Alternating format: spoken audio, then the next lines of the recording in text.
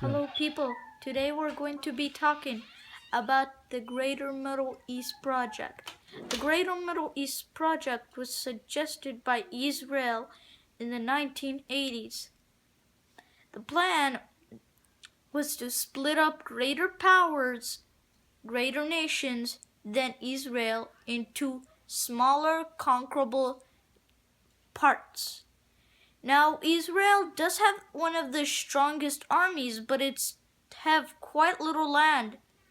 They don't have much people to support their army, which is manpower.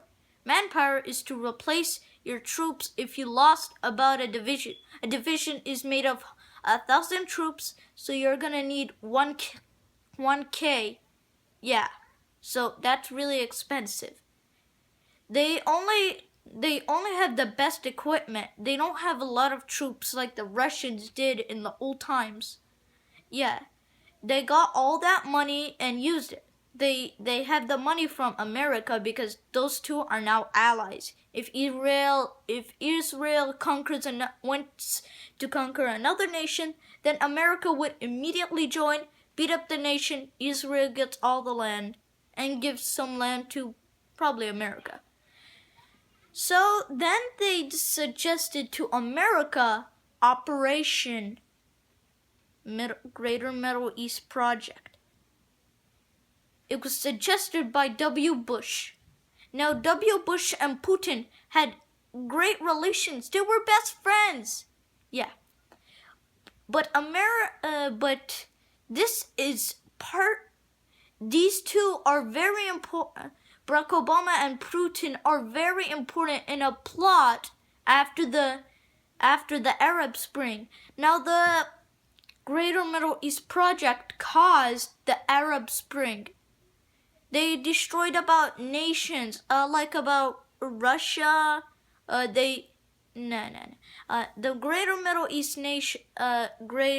East Project was about some Middle East nations like Libya, Egypt, Syria, Saudi, and Iraq, because they have like the largest oil production. The greatest oil production nation is Iraq, because they could like refill their tanks immediately. They don't have much like tanks or metal, but they can refill their tanks. This is how it caused. They suggested to America of like sabotaging and espionaging nations to make revolts. And people revolting against the government, making them oppose that government. And this is what caused it. So once they like revolted, get very angry, the government would be splitted and they would be formed into smaller pieces. Some of other nations might get some parts of the other nations when they split up from their nations. Yeah, the two other nations would have to lose. Then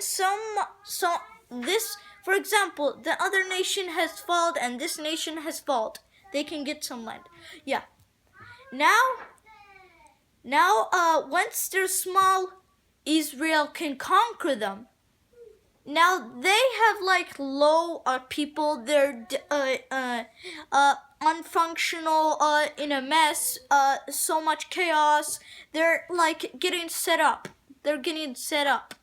Now Israel can conquer them. Now remember, Israel doesn't have much manpower to replace its army.